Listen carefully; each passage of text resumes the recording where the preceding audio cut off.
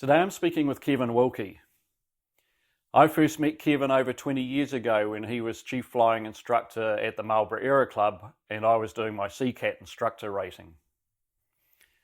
He was CFI for 17 years and during that time taught and mentored many pilots through their aviation training with his typical common sense, no nonsense and sometimes non-traditional methods.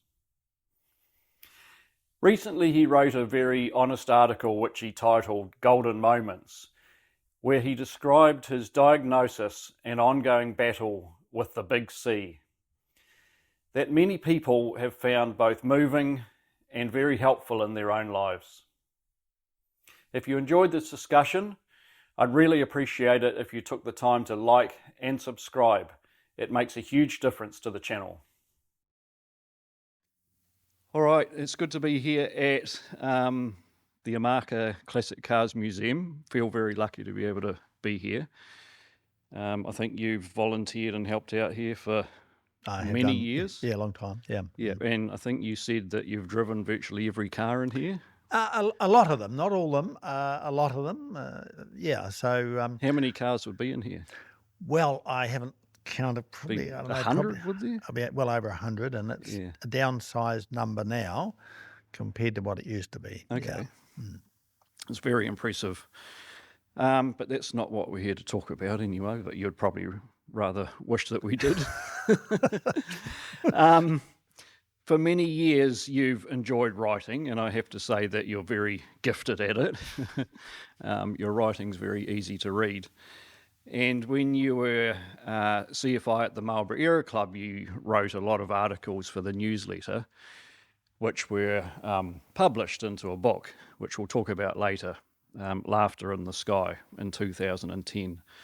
But recently you wrote some thoughts that I'm certain you never thought you would end up writing about a subject that you hoped or never considered you might have.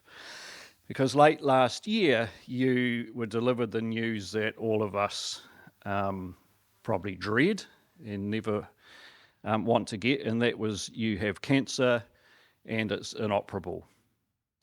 They have operated, and the condition was that when they operated, if they found it had travelled elsewhere, that they couldn't do anything, they'd just sew you back up. And so I understood that when they did that operation. Yeah. And that's what happened. That's exactly what happened. We'd had extensive scans in Marlborough, we'd been sent to Auckland. Everything possible had been done to eliminate the fact that it had spread. However, the consultant surgeon did say to me, now look, if it has gone anywhere else, Kevin, we open you up. We had no option but to pull the pin on that.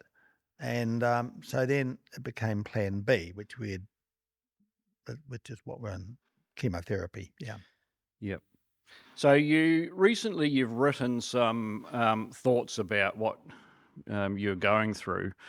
What I thought were very brave thoughts and wise and almost profound about how you're dealing with this news. And you called it Golden Moments. Now, I just got to describe, it wasn't about being brave, it was about just recording the journey that I was on. And it's the same journey that other people are on, but maybe I just like putting things down on paper. So and it might not have been brave to you, but to those of us looking in, I think it's brave to talk about it, is what I was really referring to, because so often... in fact, the norm is for people not to talk about this. When they're diagnosed, it's to hunker down, deal with it alone, and we all sort of look in wondering what it's like. But you're brave enough to talk about it. Yeah, the old Kiwi way of take a concrete pill and harden up just doesn't work when this crap happens in your life. And so this was my version, and I wrote it only a month ago back. Why did you feel the need to write this article? Because when we were initially talking about doing this interview a couple of weeks ago, I sensed you were almost, I don't know if excited is the word, but you were really keen to talk about what you're thinking and how you're feeling, and I think that's part of writing golden moments. What's the motivation for writing it? Well, I suppose years ago when I was at the Aero Club, I had an audience. And so, every month I had an audience for my newsletter articles. When we left, the audience by and large dried up. And I wasn't seeking an audience, but it was to help me to put down on paper. And then you realise that you're not the only person in this leaky boat, as I call it. And I knew it would help other people. And it was another way, and I might have mentioned it in there, of actually saying thanks to people whom I didn't want to go up and say, hey, pal, you changed my life because of what you did. But I called those golden moments. And a lot of those people realised that they were part of that golden moment. So it was me enjoying my writing about the journey I was on, the car crash that starts the moment you get that diagnosis, thanking those people, and a whole lot of reasons. It was a way of saying some feedback. So initially it was for yourself to put the thoughts down, but then as time went on, you realised that it's for others. Yeah. What's been the reaction since you published it? It's quite unbelievable and humbling, and people who've had similar conditions and all that throughout New Zealand, dare say overseas, this has kind of like gone wild, like wildfire, because everybody can identify with the condition. And when I went to the different places, the Cancer Society, and they had wonderful pamphlets advising people, but no one actually kind of had the story from the inside. And I thought, well, this is my story, and if it helps one single person, it's worth doing it. And so really... So what sort of feedback have you been getting? Well, how do I explain that? It's been ballistic. It's come from all walks of life. One of my part-time jobs, I work for the police here in Blenheim. And cops are tough people. The job they do is tough. It's hard ass. I have a huge respect for them. And when they write to you,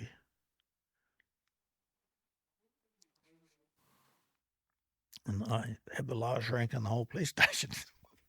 Well, there's probably a large group of people below you, but well, there's not. Only the janitor. I'm talking about the non-employees. Well, I'm casual staff. But when you get the feedback I've had, that's truly humbling. And from other walks of life, from the pilots in my life and the people that you haven't seen for a long time, and they get back in touch with you, it is humbling. And what I have to stress in this, it's all about the message, not the messenger. It's the message which the power is, not in me. I just happen to be the guy who enjoys writing. I enjoy putting words together. But heaven forbid if it's ever about the messenger. It is the message which has the power in it. And anything less than that is just, quite frankly, it's bullshit. How does it feel to know that what you've written has touched or affected people in a special way? And when it's unbelievably humbling and it's unbelievably sad because of the sheer number of people who've said, hey, this is... And I had no idea how many people that I knew out there had this and other conditions. So it's you wouldn't be human if you didn't get some reward, and that's the reward when people say, hey, it's helped me, it's opened a door for me. The saddest thing is when people say, well, look, I've accepted that I'm going down the gurgler, and that's probably about the saddest thing, because they've accepted their fate. Now, we can't avoid the fate. None of us can in life. but it's awfully sad when they say, well, yeah, I love this, it's really positive, it's not for me. But that's in the minority. Hardly ever happens, whereas other people say, yeah. And it's kind of like when you throw a big stone into a big pool, and the ripples just move out, and it kind of goes ballistic. Yeah. Have you found that the very act of talking about it and not hiding it is therapeutic? Craig, look, it's the best medicine there is for me and for anyone else. Well, Because so many people don't, do they? no. It seems that 95% of people just suffer in silence. Yeah, absolutely. What people underestimate is the power of laughter. Now, if you can laugh about anything, it's the best medicine there is. And if you can talk about it, because every time you talk about it, you share the problem or you share the load. Sharing the problem makes you counterproductive, but the other person will share the load. And so suddenly there's a load bearing in your life. It's not just you, it's all these other people, and their condition is different but similar. And so it's hugely comforting to be able to talk about this. And so it's wonderful medicine. Yeah. And for the rest of us, I've got to say, when you have friends that have cancer or a terminal illness who don't talk about it, it's very hard to deal with because, you don't know whether they're comfortable to be spoken back to about it or whether you ignore it, which is very unnatural. It's quite awkward, isn't it? And I think what you realise that attitudes you hold today weren't formed last week or last month, and we've talked about this. They were formed a long, long time ago. And sometimes they take a long time to come to the surface. And the most positive person I've ever met, or the first positive person, was Tom Harvey, my friend in Nelson, the only person in my life who's ever given me the sack. So 40 years later, and I now keep in touch with Tom, he's very, very, those positive influences just come back to me. And when I did my commercial pilot license in Wairarapa, I couldn't embrace failure. Now, when I did my 4 private pilot exams, I found that very, very hard. But when I did the commercial exams, I had 10 2-letter words for success. And they were, if it is to be, it is up to me. And that really appealed to me because success or failure was not about somebody else. It was about effort, me. And so once you discover that whether you achieve in life, it's not about anyone else, it's about how much you put into it, life becomes much simpler. And but those positive thoughts probably took a long, long time to come to the surface, and now they bubble away. So I have people. Tom's still part of that. But I have one of my. I have a local manager of positivity, and if I phone him up, if he's just fallen off the roof and broke his ankle, I phone him up and I say, "How's your day going?" He says, "Living the dream, mate." So that's putting you in good stead for where you're at. Absolutely. And I phoned him yesterday, and in fact, he'd just gone first solo. He's learning to fly now. And so yesterday he was living the dream. But even if he'd crashed, he said, well, living the dream, but not quite the dream I imagined. But anyway, he had a great day. So those people have huge influence. Yeah. Can we go back a step and can you tell us just briefly the sequence of how you were diagnosed with cancer and how you found out about it? Yeah. I've been super healthy, very, very little in my life. And last year we were overseas, got back home in April. And my wife, my dear wife, and I'd be nowhere without her, Hilary, she's kept me at 80 kgs for the last 23 years. Now, anyone who knows me knows I cannot boil water. And so she's been in charge of food. And I suddenly started to notice quite dramatic weight loss, and it was about a kilo or something like that a month. So in October, I went to the doctor and said, "Hey, I lost 5 kgs," and they diagnosed me as having celiac disease. And as you know, that's a weight loss. One of the first symptoms of that is weight loss. And so we had more blood tests just to confirm it. And yes, it would come back as celiac disease. I wasn't borderline, I was right up there. So it's simple, it's a change of diet. That's how you deal with that. And anyway, for whatever reason, we changed the diet. We just almost overnight, because you can't play around with that stuff. And one night I had severe pains about 2 days later in the chest. And so you think, not related. And it's 3:30 a.m. in the morning. I went up to Wairoa Hospital here in Blenheim, and they did all the checks on me, the heart, the blood, because I think the 74-year-old chest pains, obviously having a heart attack. Anyway, long story short, they couldn't find anything. The pain reduced, and they sent me home and said, any concerns, come back. So that was fine. I was happy with that.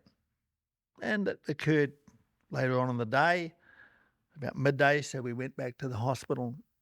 New staff, they did a whole lot of tests again and couldn't find anything, so they sent me home again. And I was quite happy with that because they couldn't find anything. The third time I went back, the doctor said to me, an A&E to send someone home once is normal, to send them home twice is brave, and 3, well, that's never going to happen. So they said, you're staying here until we diagnose this. And part of that process was a scan.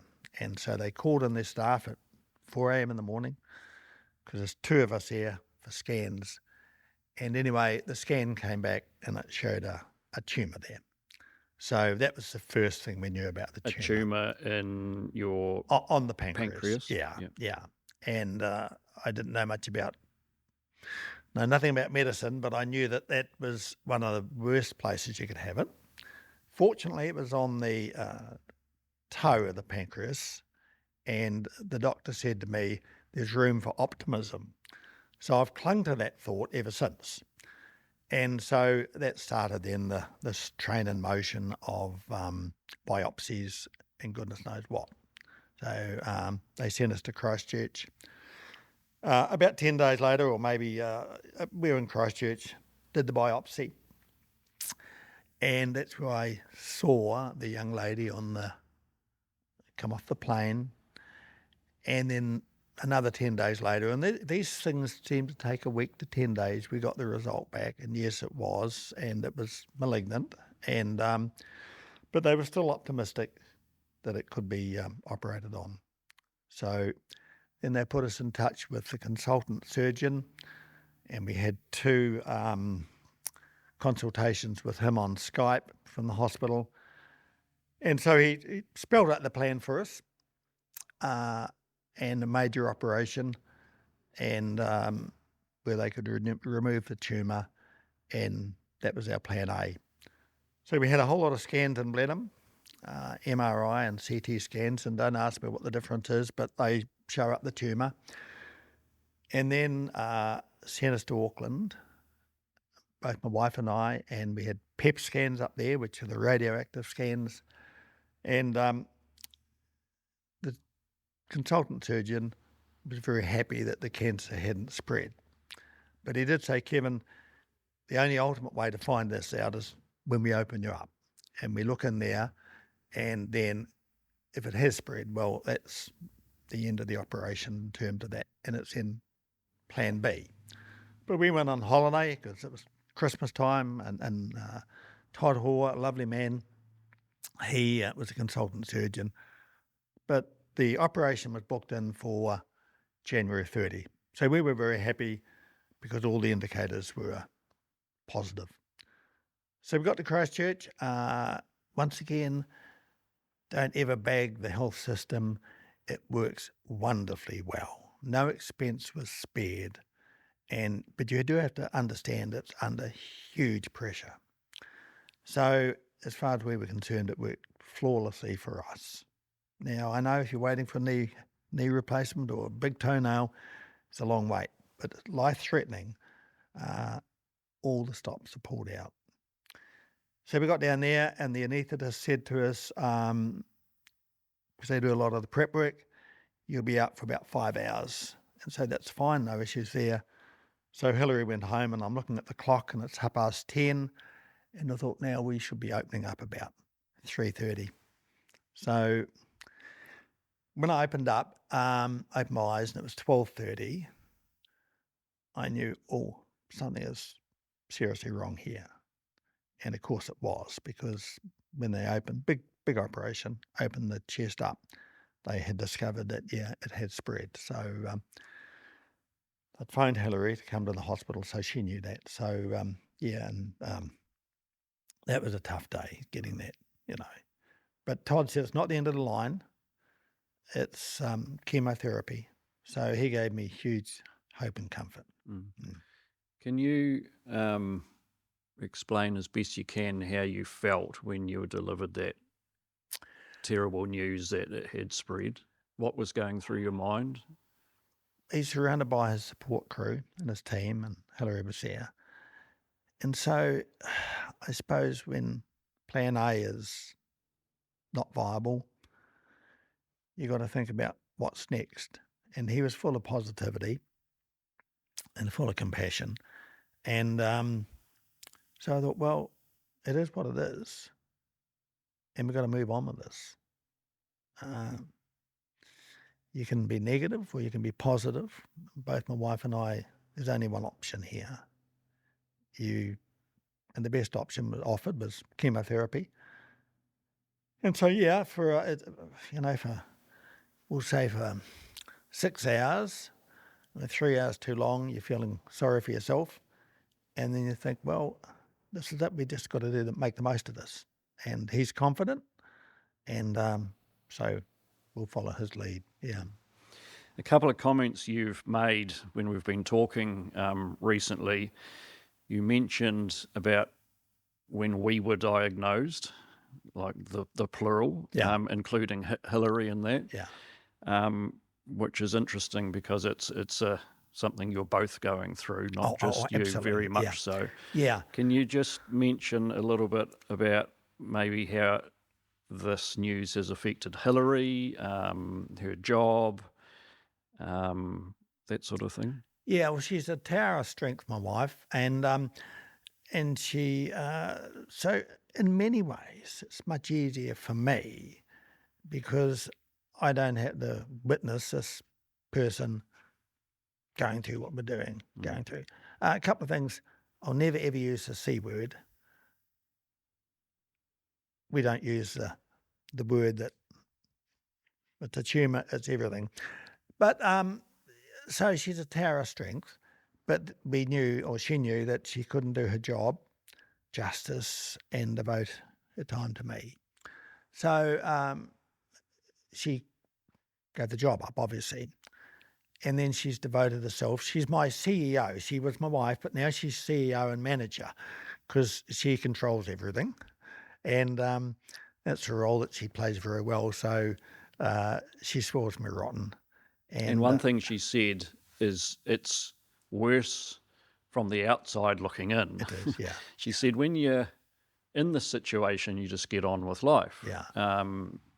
Which was an interesting thought. Yeah. It is because as much as, it is very difficult, but she's been strong and very supportive and brought us so much closer together. I thought we were close together before, but it's just amazing how this is, we're both on the same journey. Yeah, at some stage in the journey, one of us will opt out. And what do you mean by that? Well, the journey will continue for Hillary, and the inevitable will happen for me. But it doesn't. So her journey continues. So she's building up strength for that day, and so yeah. Why don't you use the C word? Oh well, it's got negative connotations, and is So for you, that's not a process of denial. It's just Oh, no, trying to be no. positive. Just, you see, once you use the word, and you give it credibility. Now, I just won't acknowledge the word. I won't deny the condition. And the only time I would ever use that word if I talk in terms of the Cancer Society, because that's their name. But I will never tell someone I've got a condition, I've got a tumour and it's malignant. It tells everyone what it is, but I just won't give that word dignity because it's just... That's your way of fighting against it. Yeah. And why would you give a word that horrible any recognition? So that's just my way of getting rid of that negative influence. Not denying it, because that'd be very, very foolish, but it ain't going to get used by name by me, put it that way. Has there been a process of either acceptance or maybe even grief over the following weeks and months as you get your head around this fact? Yeah, if you don't, first of all, the acceptance is, and I talked about that in the golden moments. Life is terminal. Now, whether you've got this or any other, people die in wonderful health, but they still die. So we've got to get our head away from this fact, well, dying is terrible. Well, I don't know anybody in my life or your life that hasn't died. Now, the timing and the way we do it is the only variable. So anyone who says, I'm terminal, well, we're all terminal. Once you get your head around that, it's not so bad. Have you got your head around it yet? Oh, hell yes. Oh, goodness me, yes. Because if you don't, I won't accept the when, but if you don't, you put your head up your own bottom, and denial is not productive for me or anybody else. I will never, ever ask anybody, how long have I got? Ever. Because the moment you do that, and the best medical world and says mind in the world, you got to that line there, Kevin, whatever that date is, you start dying from this point here, because by habit, we're timekeepers. And you keep a time clock all your life. And when the doctor says that's your time there, your mind and your body starts working to that time. So I've never asked and never will, because it's not the way you think. Yeah, death's an interesting thing because, as you say, it can happen to any of us at any age and does. And I often think about death, but what is it? I don't know if that's a morbid thing or not, but I guess we all do. What is it about the act of dying that's so hard to get our heads around? I don't know if it's being dead itself or maybe the way we're going to die, which is an unknown to all of us. Because in other eras, death was, I think, much more of a part of life. It was almost a lot more common and expected, especially in younger ages.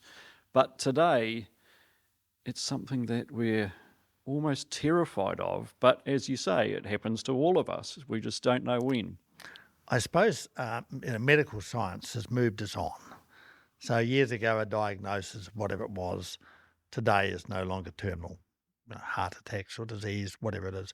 So we've moved on to this acceptance that it's almost possible, but never will be, not to do this thing. Now, anyone who's had a anaesthetic, the moment that stuff goes in your arm, it's game over. There's no recognition of this experience. Now, okay, that's how I visualise that will be.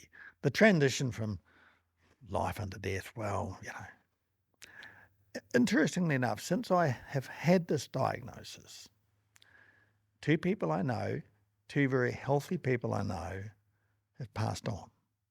Not in their own making, both accidents. And if you said, well, who's going to buy the farm first?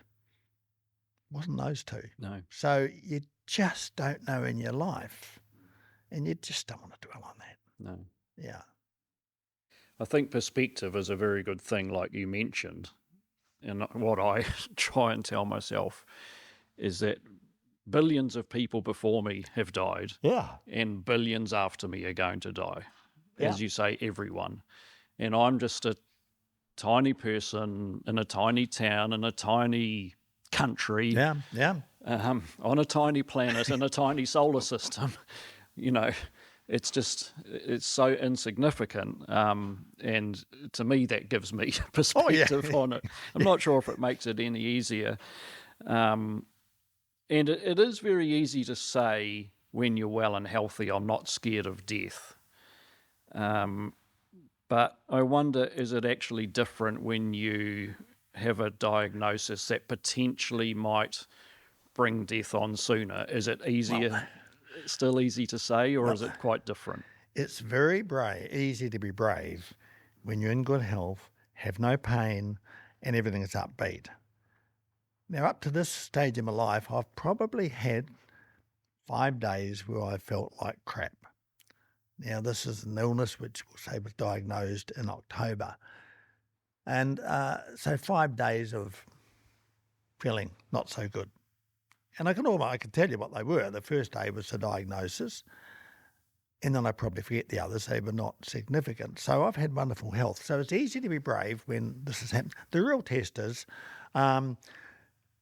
when the crap hurts starts in your life and the pain. But look, I'm not embracing. I'm not worried about that. You just deal with that as you can. And so yeah, it's easy to be brave at this stage. You've never been, as I understand, a religious person. Does the thought or the fear of your own mortality make you think of a God, or that maybe there's something else after this physical life? There was a stage in my life where a religion played a big part because my first wife was religious, and I would never ever deny anybody the right to their own belief. And I wouldn't say I'm a non-believer, but I'm probably a believer on my own terms, which is not what religious people want. But no, and in fact, someone asked me the other day, did I wish to be anointed? And I said, well, that would be As in a healing process, a religious healing. Yeah. And I said, well, that would be, what's the word? A contradiction of the last 30 years of my life. Yeah, just because I chose my direction 30 years ago, just because you're looking down the gun barrel of that would be a falsehood to suddenly say, oh, I'm in trouble. Now I need to ask for this divine help. So that would be a mockery of my last 30 years. Can we go back maybe 70 years? Yeah. You said you were 74, so you were brought up in Blenheim. Your father worked for the Rabbit Board, and you mentioned a couple of times that as a family you had very little money, and as a child you had very little confidence. Yeah, well, the money came. We lived in the Brancop Valley in the little Rabbit Board house, which is up there, and Dad's on the Rabbit Board. So, I think he was a car dealer in the making, because the whole family would tell you that every 6 months he'd buy and sell another car because he just loved cars. And when he wasn't buying and selling cars, he was buying shotguns. So Mum worked, and so there's always food on the table. But there's an awful lot of money spent on motor cars needlessly. And there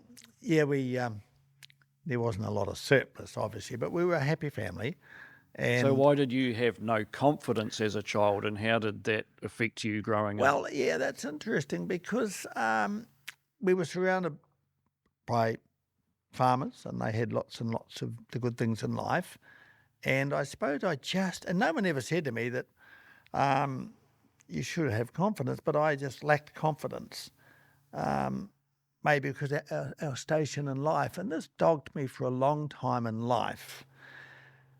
My Mum and Dad's expectation when we went to school was that we came home with the school reports was about attitude and behaviour, and not about how much we'd achieved at school. So if we'd been good at school and had a good attitude, they were quite happy. And I guess we were meant to be tradespeople or working people, nothing wrong with that. But there's never any expectation that we would become anything, in the profession or anything like that, because that was where we aimed ourselves, I suppose, yeah. So you ended up taking up flying, and I just want to talk about your lack of confidence as you were learning to fly in a second. But can you mention the story about your first flight, which was out of Waikawa Bay? Yes, It's yeah. quite an interesting little tale. Well, long story short, I was a young mechanic in those days at the General Motors garage here in Blenheim, and I had a young lady in my life, and we were going to go shopping on Christmas Eve. So this was the plan. I don't think we were even at the holding hand stage, but anyway, we were going to go shopping. Things are a little bit different these days to that. We were going shopping, and in those days, about 3 o'clock, we'd clean the workshop up. Someone would turn up with a huge amount of alcohol, and no food, no barbecue, no sausage, it was just booze. And so I overindulged, as you do, but we drove home safely in the Austin A40 and got home because had to get prepared to get. I can still remember the big meal that Mum had for us. It was steak, eggs and chips, a fantastic meal. And then we run the hot bath and got in the bath. So booze, food, hot bath. And I'm looking at the taps at the far end, and they started to move. And they started to gyrate. So that was the start of a major industrial dispute with my mind and stomach. And about 9:30 that night, I phoned up the young lady and said, I won't be picking you up.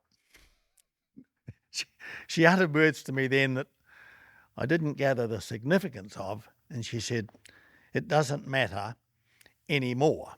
I didn't get the anymore bit. About a week later, I thought, well, I've got to try and redeem myself here, so we'll go to Picton. I'll take her to Picton in the Austin A40.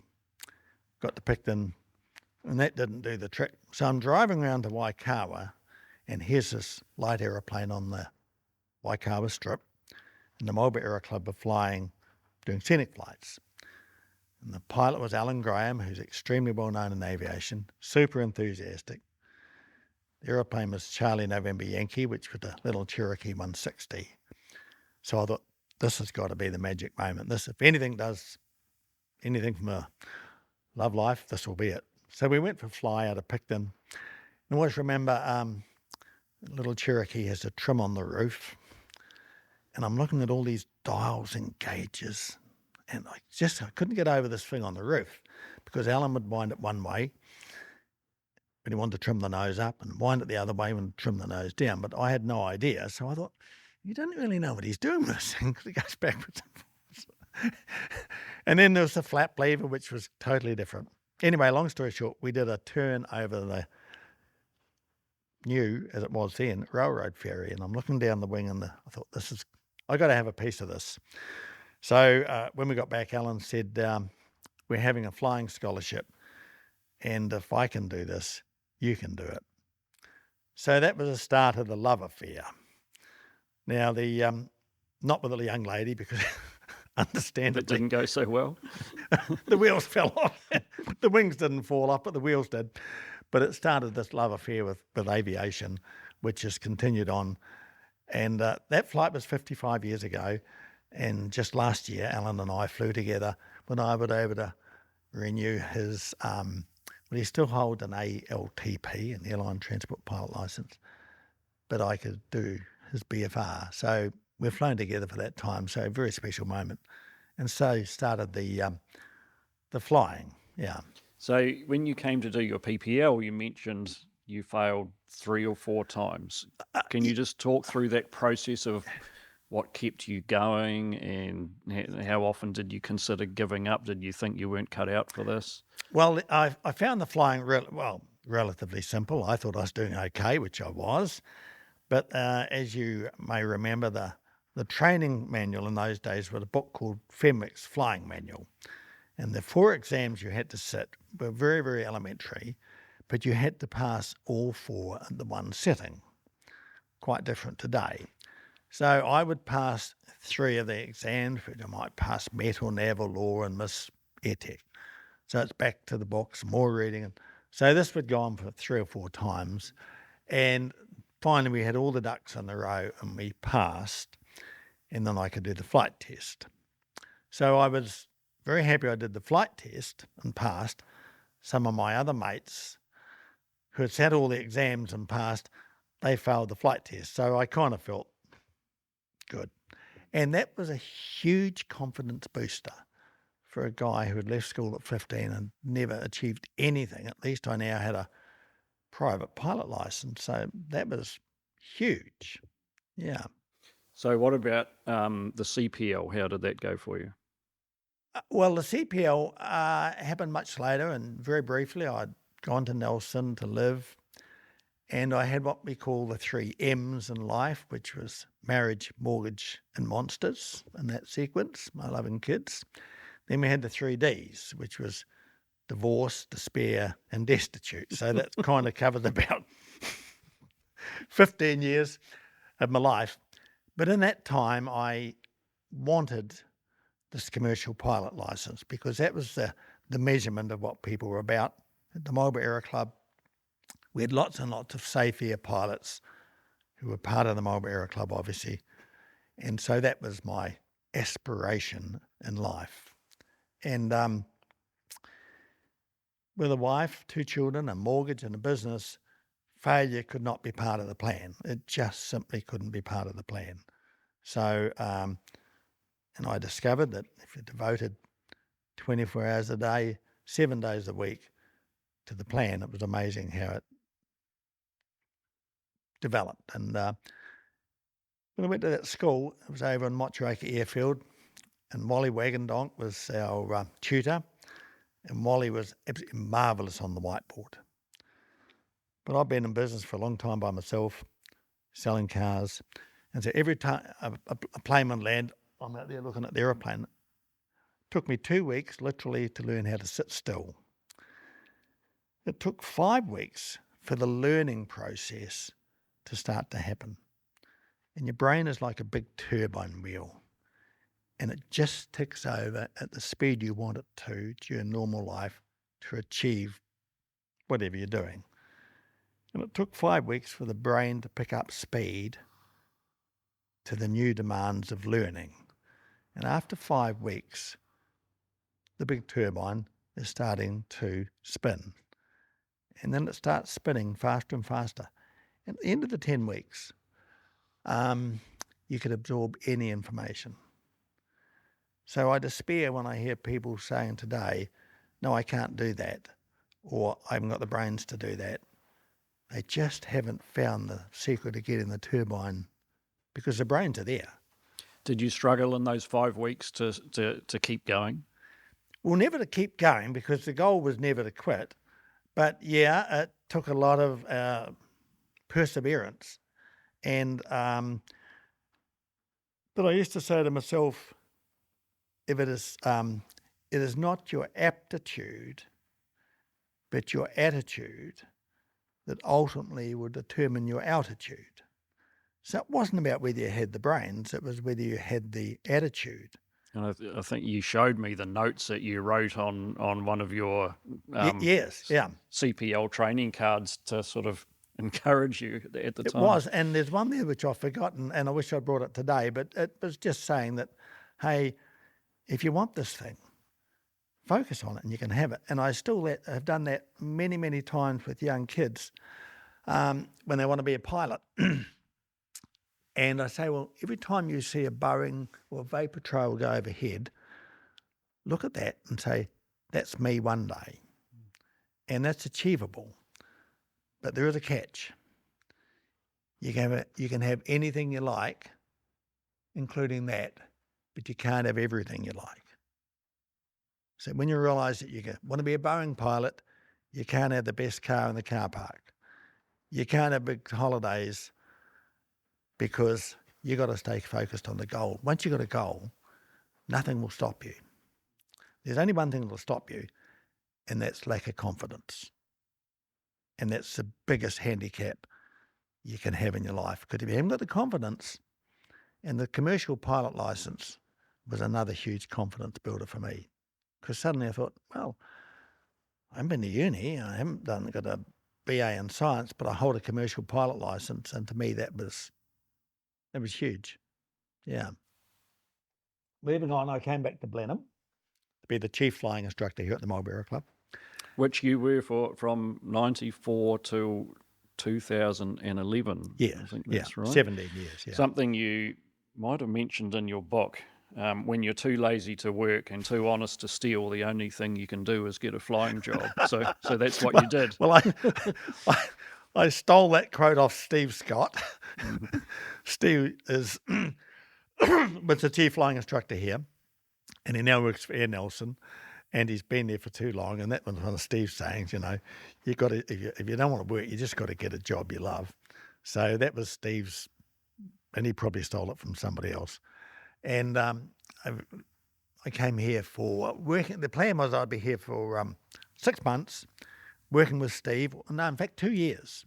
Steve was going to be there for 2, and then he was going to join Air Nelson.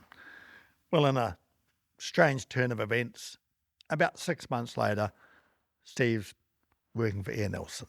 So my 6 months training was condensed into my 2 years training was condensed into a very short time. And so then I'm the CFI. You shared with me a situations vacant ad, which I think from memory you were on a civil aviation course. Yeah. If I can read this out. So you had to write a situations vacant ad for your own job. Was that right? Job. Yeah. So this is what Kevin Wilkey wrote. Situation vacant. Aero Club requires a CFI. You'll need to be a teacher, preacher, marriage guidance counsellor, mediator, a peacemaker, orator, author, financial advisor, a better listener than a talker. You'll need to know that it's a fine line between an angel and an arsehole, and you'll cross that line often. You'll also need a thick skin and a sense of humour if you hope to survive around aviation. P.S. It also helps if you can fly. Can you describe some of the, over 17 years, you must have seen a lot, done a lot of interesting missions as the CFI. Wasn't all about flight training. Do any interesting adventures and missions come to mind over those years?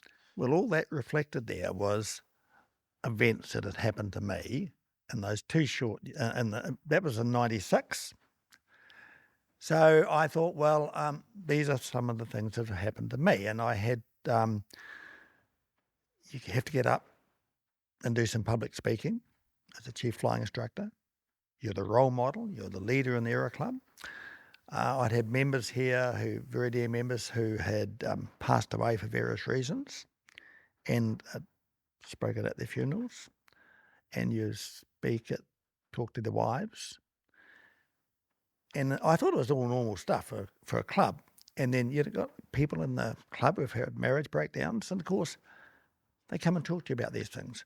So it was only the exposure I had. It wasn't some great vision. Well, I just wrote down what had happened to me, and I thought, it must have happened to all these other people, but they thought it was all about flying. Well, and once you understand that flying is simple and people are complicated, then you kind of get an idea of what that job is all about. And the other thing, of course, one day you're a hero or an angel, and just as quickly with the wrong word, you can be an arsehole. And you've got to understand that happens in life because it's the very nature of what we do. So, that was really just saying, well, this is what happened to me, and didn't it happen to you other guys? Yeah. I remember you talking about there being two types of pilots, and I remember when I was training for my CCAT instructor rating with you, and I was struggling with my max rate turns. I just couldn't do those stupid things and remain, on the altitude. And one day you said, let's go home and I've got something to say to you. So we went into the flight office, and you said, think of it like this, Craig. You're in a bar, you and a mate, and this beautiful girl walks in and you both want her. And you're just sitting there watching, hoping that something's going to happen, and your mate pounces and he's got her. And you walk away empty-handed. You see, that's you with the max rate turns. You're sitting there waiting for it to come right, but you're not doing anything about it. And lo and behold, the next lesson, I nailed it. It was exactly what I needed. I completely deny that the conversation ever took place. Very strange training techniques, but well, it is true that you either, particularly with pilots, there's essentially three things in control of the aeroplane, potentially. There's the pilot, the aeroplane, and the good Lord or the elements. And you have to discover very quickly in life, if it's going to work for you, who's in charge. And it's got to be the pilot. And I have changed that analogy somewhat for our modern generation. And we can actually practice steep turns from the comfort of the ground without offending anybody. And it's a terribly simple little process. And I've done this for years and years. And you get outside the Aero Club, provided there's a horizon, and you hold your hand out on the horizon, and we're going to roll into a steep turn. And you roll in, and the middle finger of the nose of the hand is your aeroplane. If you can follow the horizon around with the nose of the aeroplane, that's a very good steep turn. If the nose, if you allow it to drop below the horizon, because aeroplanes always follow their nose, you can lose height. Whereas if you allow it to, so all you're doing is building a sight picture. Now, we used a slightly different one. I like that one. I don't remember that one, but I can well imagine telling you that. So you can practice this at home, because all you're doing is building a picture here that you can then replicate here. And this picture costs you no money. And so with your landing, you can only achieve here what you can visualise here. And so really that's what I was saying back then. And it's so simple. I used to practice landing at home, doing the dishes for Mum, because I was shit at landing. I could never land. But doing the dishes, every time I dried a knife or fork, I'd land it on the bench. So I was trying to visualise. And once you get that picture, it becomes so much easier. do you miss instructing? Yes, I do. I miss not the hands-on stuff, but the thinking about new and wonderful ways to teach simplistic things. And the other day we talked about carburetor heat. Now you need to tell that story for a start. Yeah, well, it was something that I think you did with everyone, because we all discussed it. But if you forgot to push the carburetor heat in prior to landing, it was a mince pie for Kevin. Well, only after I'd told you, 10 times, Yeah, and then so then there was a wee penalty involved. Yeah. And I'd say to you or anyone else, next time you come out here, just pop into the Burley Pie Shop and buy a fat meat pie. You're getting poor and I'm getting fat. And so then you'd be coming around on finals and you'd be looking down and I'd say to you, can you smell anything? Please leave it out, I'm hungry. So it was just a wonderful way to get the message across. And it worked a treat. And the other day I was over here at the museum and talking to a chap who I'd last flown with 10, 11, 12 years ago. And he said to me, I owe you a pie, Kevin. I said, what do you mean? He said, 12 years ago, I never bought that pie. So it stayed in his mind for that long. But it's a simplistic way of getting the message across. Yeah. Just moving on to the subject of your writing. So when you were CFI, you wrote a monthly newsletter article, which I'm sure most CFIs probably dreaded. I remember when I was president, I just dreaded having to come up with something creative every month. But maybe you were different. Did you look forward to it? Well, Yes, I did. Now, I discovered after about 3 months, there's only so many things you can talk about aeroplanes. It gets terribly boring. Don't crash them, always clean them, leave them with fuel, whatever. But it becomes very, very repetitious because you just simply run out of things to talk about. So then because I enjoy writing the written word, cars, cats, people, places, politics, travel, and so you expand the horizons of your article, and amazing things start happening. Suddenly, wives who have never ever read the Aero Club news magazine, "Oh, this guy's talking about cooking or whatever it is." Now, I'm the worst person in the world to talk about cooking, but there's people and places, and so then once the wives buy in and they want to read what you've written, it once again it's kind of has that snowball effect, and so it expanded from there, and then you end up with these people who are waiting every month for you to produce something. Now there's pressure. No pressure at all. And every time you fail to produce something spectacular, well, you get feedback. What the hell happened last month or something? But it really is mainly just reliving life's events and never letting the whole truth get in the way of a story which can be embellished a little bit, because at the end of the day, it's got to be entertaining. And so I love that. And of course, you get wonderful feedback from that too. So you eventually put them all into a book, which was published in 2010. Yeah. And I can remember the conversation in the Aero Club bar one night, and this person said to me, "Kevin, when are you going to put these articles into a book?" And I had thought about it, but it's always, well, I'll do it next month. And I thought, yeah, I've got to do this book thing. Of course, my dear wife Hilary, she's a trained editor, and so we got invited to a book display. John Penny here and his wife, they have Prisma Print, and Hilary knew John, and we went down to their book display, and it was in the old where the ambulance station is now. And every book that John had printed was on the table. And there's some wonderful books there. And I said to Hilary, "But where's my book?" Well, it was only a thought then. So then we determined that was going to happen. And it did happen with her help, of course, because some of my stories needed a bit of, what's the word, editing. Tidying up.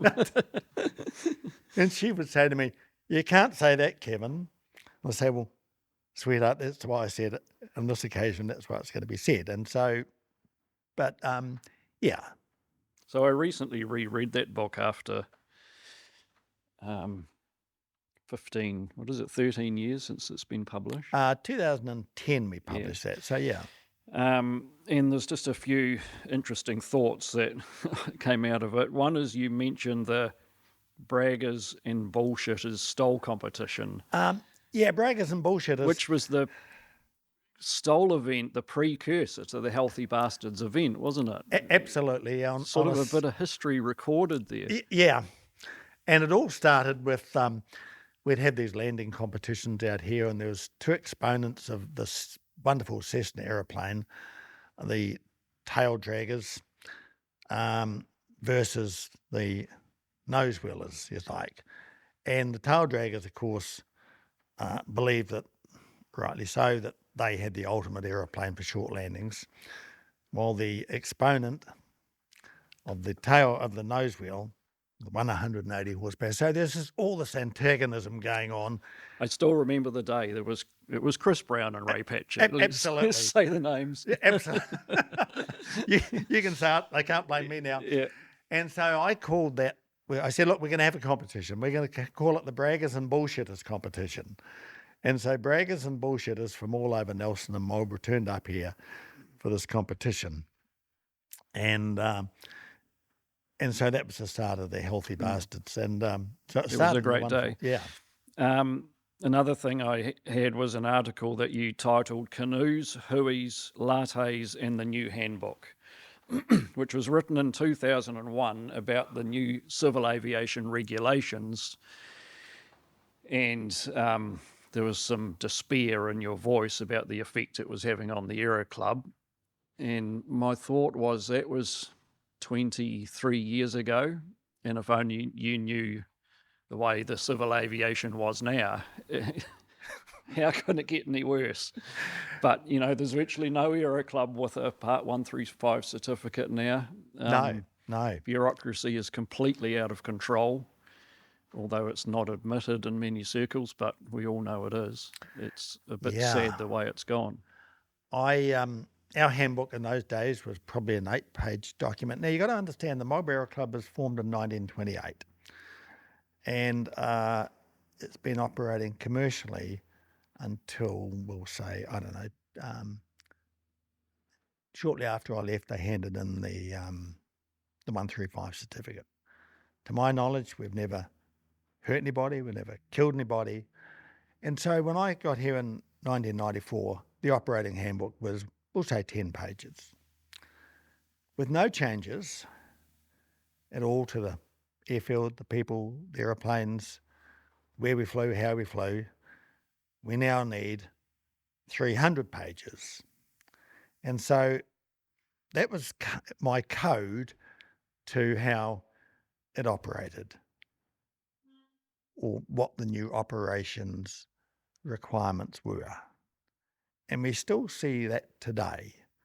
Only a lot worse. Only a lot worse. A lot worse. And what I loved about aeroplanes is an old 1960s Cherokee 140 flies the same today as it did back in when it was built, the day it was built. No changes to the aeroplane. The laws of gravity haven't changed. The laws of physics haven't changed. But yet we've got to have this humongous bureaucratic nightmare to wrap those things in the cotton wool so they don't fall out of the sky. And I think if you argued on a safety level, there would be no more or less accidents between now and back then. There's just a lot more documentation. Well, one could argue, and I know a lot of people wouldn't agree, there's probably more. But in many ways, in those days, and what I love about aeroplanes, and always have, they do hold you responsible for what they do, or what you do. And as do motor cars, but in the aeroplane, ultimately the pilot is responsible. And I like that responsibility. Now, today, in this day and age, not only in aviation, we try to excuse people from responsibility. And so that's never sat comfortably with me. Yeah. There's another theme in the book, which I detect is very cynical, and that's your exasperation with ongoing stupid accidents. Oh, yeah. And some of the articles were titled Your Arse and the Grass, Swimming with Crocodiles, Crashing and Croaking, and one I'd like to read out is called The Elephant and the Windsock. A very, I've got to say, cynical article about people landing downwind. This article is written for the sole benefit of those pilots who do not understand how a windsock functions. Cynical and comical and clever. For our exercise, we need a windsock and a large African elephant weighing approximately 3 tons. You'll be surprised to know that the elephant and windsock have a great deal in common, so let's explore how the windsock works. The wind always blows in the big end, travels the full length of the sock and exits at the small end, thereby indicating direction. The more horizontal the sock hangs from its mast, the stronger the wind strength. Not quite so simple with Jumbo. He takes his air in through the small end of his trunk, shaped like a windsock, mixes it with his high-fibre lunch of 30 collies and cabbages, and then exits it with much noise and agitation from the big end. Now, the relevance of all this is perfectly clear. If you come sailing over the fence and you're looking at the big end of the sock, you're about to do a downwind landing. Not a good idea. This is very similar to standing under the tail of Jumbo shortly after he's had his lunch. Also not a good idea. In both cases, you could well end up right in the you-know-what.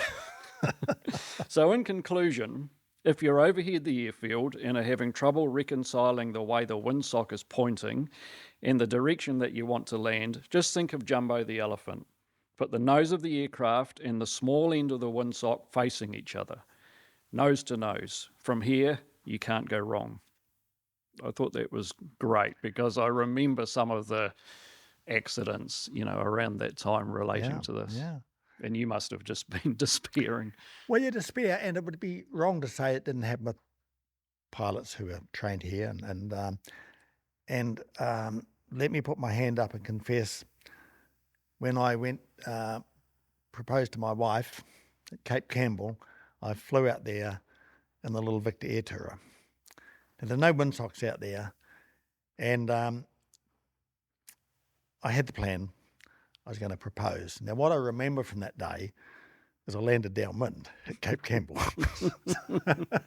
So, but yeah, that was probably born out of frustration of pulling aeroplanes out of fences here at Omaka. And it happened one particular day. We've had Cessna caravans, we've had all manner of aeroplanes. And it can happen with anybody. But, not being able to read a windsock is pretty fundamental. And then we had 5 aeroplanes, and I won't mention, they come from a big organisation in the North Island, and the first pilot decided to land downwind, and all 5 aeroplanes followed. And so that was probably, the start of that article. However, as I say, I've done it myself. And if my wife asked me, what do you remember about the proposal, Kevin? Well, I remember you saying yes, dear, but when we landed out there, little Victor Air Tourer's got a slide back canopy. And I stopped the aeroplane and stood up, and the wind went bang on the back of my head. Hillary was probably none the wiser. Over the 17 years you were CFI, what would have been the most common flying mistakes or accident causes you saw? Yeah, that's my word. That's a difficult question. I don't know. What the common one was. I don't know if there was a theme.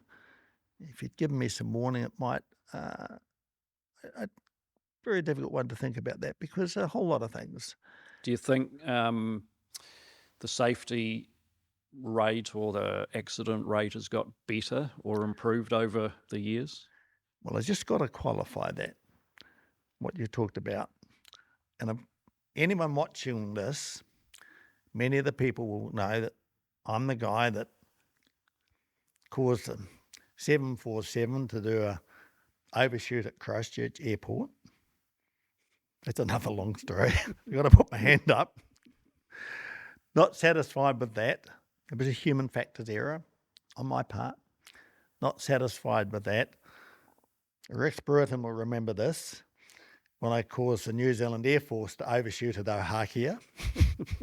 We just didn't have one aeroplane, we had 4 of them. Human factors. So you got to put your hand up. And so let's get that one, because otherwise they'd say, phony bastard, he did all that, and I did. So, you've got to buy your own mistakes. So. Good on you. At the very end of the book, you wrote this. And finally, after 10 years, what causes me to despair the most? Planes and people. And what gives me the most pleasure, joy and satisfaction and sense of belonging? Those same planes and people. Which I thought was a beautiful thing to say now. 2024, many years later, what gives you joy now? Planes and people? Yeah, people in particular. I still get a huge amount of enjoyment out of planes and people. It's not the only thing in my life now, because I do a lot of claybird shooting, and I love that.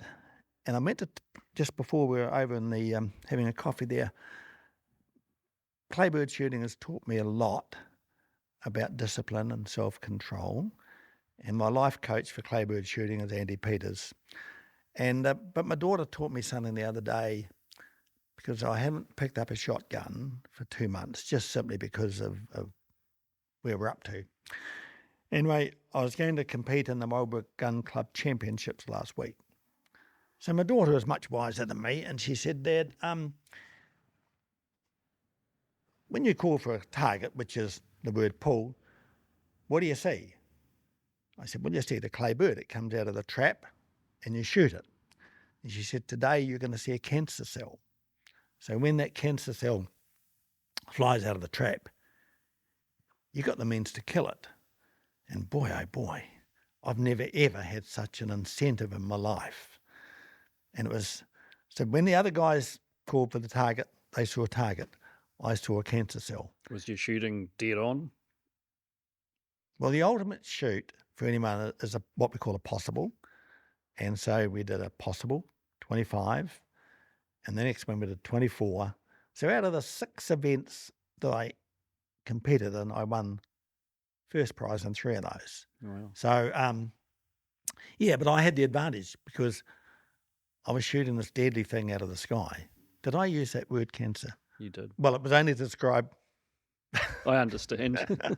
And so, once again, she was just focusing, and she was reinforcing what my life coach and Andy Peters, who's a New Zealand and world champion, and he just lives and breathes positivity.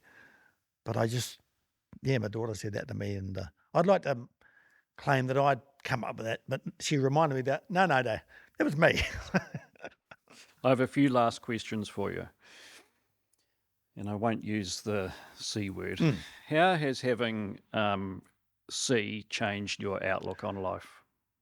Yeah, well, it's put it into perspective, and it's put it into very, very sharp focus. There's no question about that, because a whole lot of the crap in your life that fills our minds from day to day has been eliminated.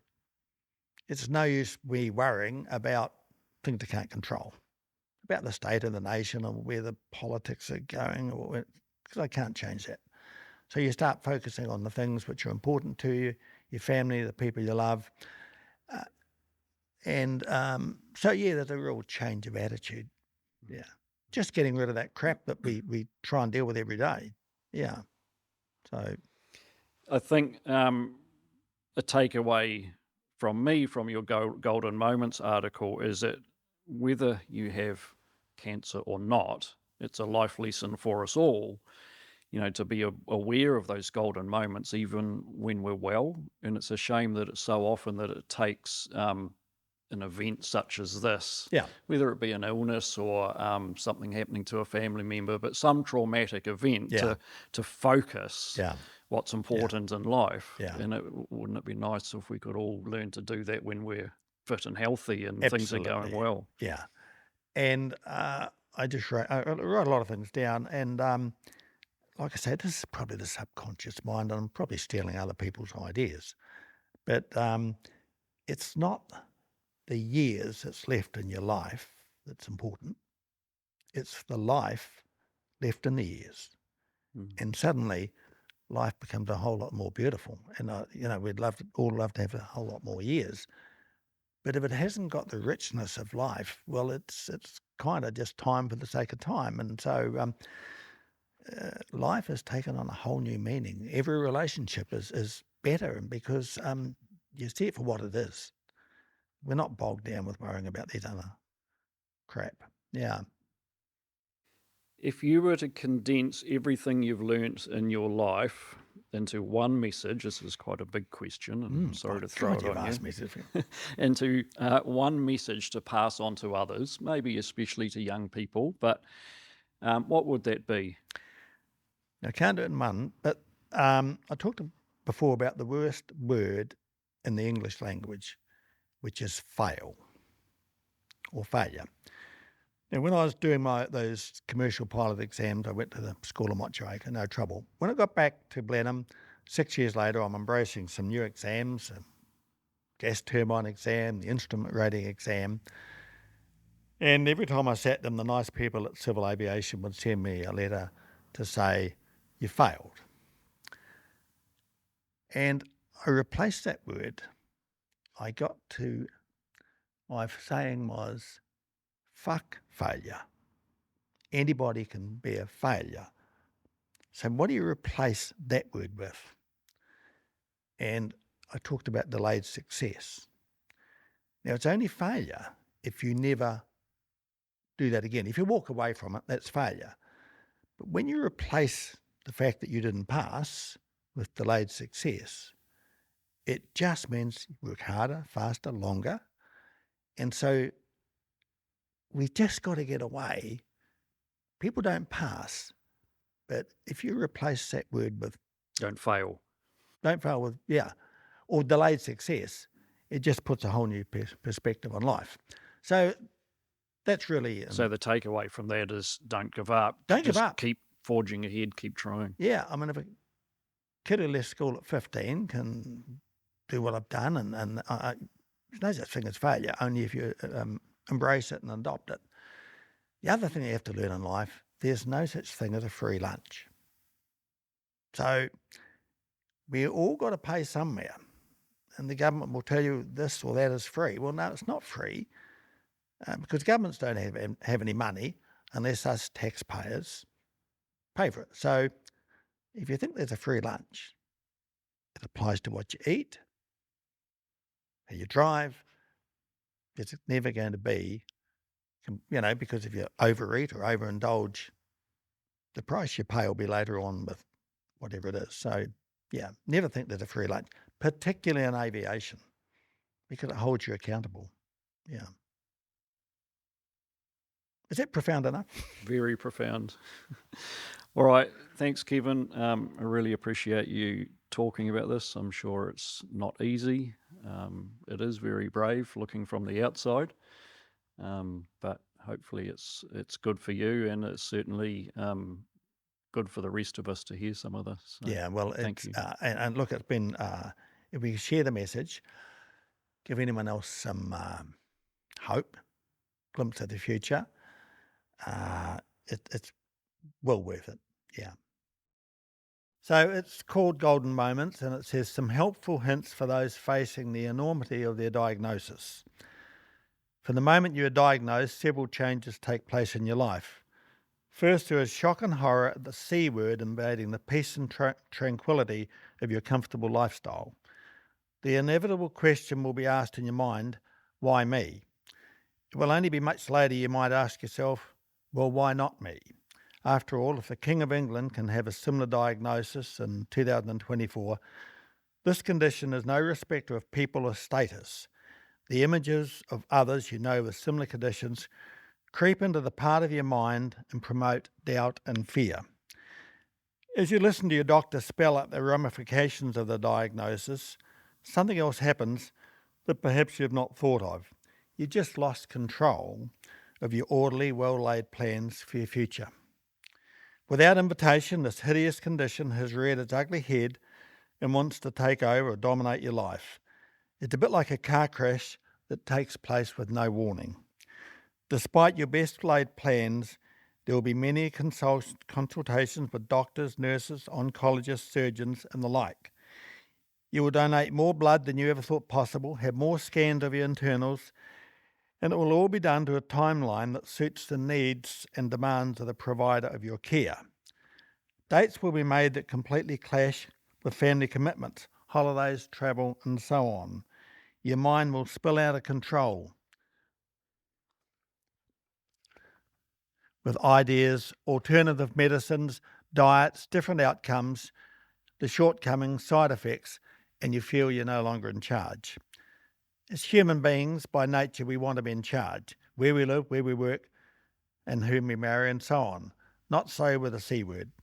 Whether in the kitchen, the cowshed, office, or workshop, you've just surrendered a huge amount of control to the demands of this disease, and that is scary stuff. So how can we put some order back into this scary, confusing life of ours? Firstly, and this is really important, give your brain and yourself time to digest the news. It may not be nearly as bad as you think it is, or as your imagination tells you. As humans, we are good at selective hearing, particularly when we're under stress. When the brain has slowed down to an acceptable level, take stock of the situation. You're not living in a third world country. Despite what the politicians may tell you, New Zealand has a well-developed health service that puts huge emphasis on effectively treating all manner of diseases. Clearly, there is not a magical cure for everything, and you need an acceptance that life is a finite process. that always has the same outcome. Having said that, modern medicine is highly developed and has so much to offer. So now put your condition into perspective. Is it terminal? Well, of course it is. That is the very nature of life. None of us get out alive. The timing and the way we depart are the only variables. Now, on our first trip to Christchurch for a biopsy, I had a lesson in perspective. We were joined on the shuttle from the airport to the hotel with a mother and her daughter in a wheelchair. I believe the daughter was possibly 15 or 16, and she had been home to Nelson for a school formal. From my perspective, she looked very, very unwell. And when I saw how unwell she was, one thought came into my mind, and it was, Kevin, suck it up, man. That child is 60 years younger than you at a minimum. Her life had barely started, and she'll never enjoy, or very unlikely, the things that I've enjoyed, which is a full life and a career and heaven knows what else. And if I was at all confused about perspective, and I wasn't, a look around the hospital ward told me that there were many other people in a similar leaky boat. And I call it the Leaky Boat Club. In many cases, they were much, much younger than me. So now with new situational awareness and perspective, you're now in a much better position to think how to take some degree of control back. Be aware of the battles that are going on in your life. The first is obvious, that's the one going on in your body. There's a limited amount you can do about that. The best is, and that is left to the medical professionals who will do their utmost to keep you healthy. However, the biggest battle takes place in your mind, in your brain. And you have control over that, and you can choose whether you use it for better or for worse.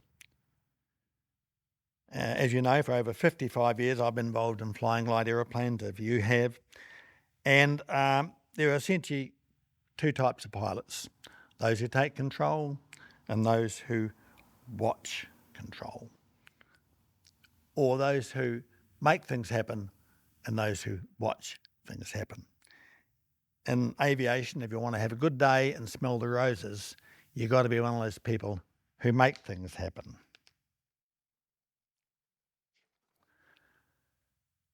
And the same with your condition. With the C word having chosen you as a host, the first thing you control is your mind. And you've got to distance yourself from every single negative influence you have in your life. And that will include yourself. Because in my experience, the most destructive, negative, soul-destroying force in the body is self-pity. That is more dangerous than the cancer will ever be. And Craig, we wouldn't be human if we didn't possess it. We'd be kidding ourselves. It's part of what we are, but it's like Marmite. A little bit goes a hell of a long way. And if we let it dominate our thoughts and processes, it quickly eats away with our dignity, our health, everything you value, because it takes over and returns absolutely nothing in return. So on this journey, I discovered that golden moments, I could replace self-pity with golden moments. And there's golden moments in every single day, even the worst possible day you have. These are the people, the places, the things you meet, gestures, a touch, whatever it is. If you can find the positive in those, you found a golden moment. And when I was writing this, I was thinking about the golden moments I'd had, and they really had to be recorded. And one of them was that young girl. I never spoke to her. She got on the back of the van, but her and her mum got out. But what an influence that was. And so that was a golden moment. And every day you have wonderful golden moments. And the other thing is that people who give you the golden moments are not necessarily aware of it. It's just something they've said or done, and it's had a huge influence on you, and they may not be aware. In many, many cases, they aren't. I'm now at the stage where I tell them, hey, and partly why I wrote this was if it's a bit of code to say, hey, thanks for the golden moments. So, yeah. Now, the golden moments don't take any of the condition away, but they make it so much easier to bear.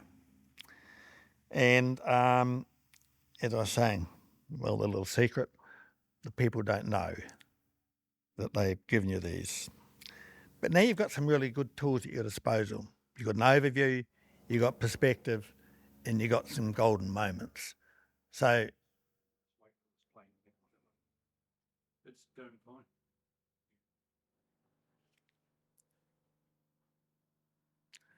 It's going to be on 300 feet.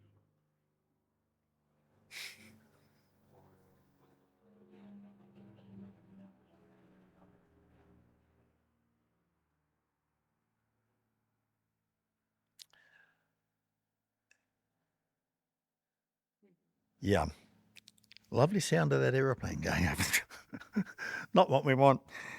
Once you've got perspective and you've put self-pity back in the box, and you replace it with golden moments, you suddenly have some real valuable tools. So even though I wrote this, I've still got to turn the page. Now, if you think this is some tough old pilot talk, that's bullshit, Craig. No one's a bigger softy than me. But there is a time for hankies and wet wipes and tears. And if you think there isn't, you're fooling yourself, because they will wash away a lot of the doubts and fears that you have. And they will occur, and you're just a fool if you think it won't happen that way. But you can't let them dominate. Otherwise, they just take over your life. And now I talk about the balance of what you can control. And it's really simple. And you start with the simplicity, and it's amazing how it helps. Ask yourself, why me? Well, as I said, why not me? Neighbours, friends, relatives, they all have to face this sometime. And so it's inevitable. It's going to happen. And so now it's my turn. And then you have to move on to what you can digest. I'm not talking about food here. It's what you can control with your mind. Now, if you come away, we'll say, from the 6 o'clock news, feeling good about yourself, having watched all the mayhem and drama on there, I come away depressed and sad and, despair. Turn the news off. You never, ever said you need that crap in your life again. If you come away feeling uplifted, and that'd be hard in this day and age, we'll keep watching it. But never, ever underestimate the negative effect that has on your life. So we now don't watch the news, and I don't read newspapers. You can't filter out all the news because it's out there and it will come through, and you can't avoid that. But don't go looking for it. Because if you really want to make your condition worse, just seek out some negativity. And that's my experience.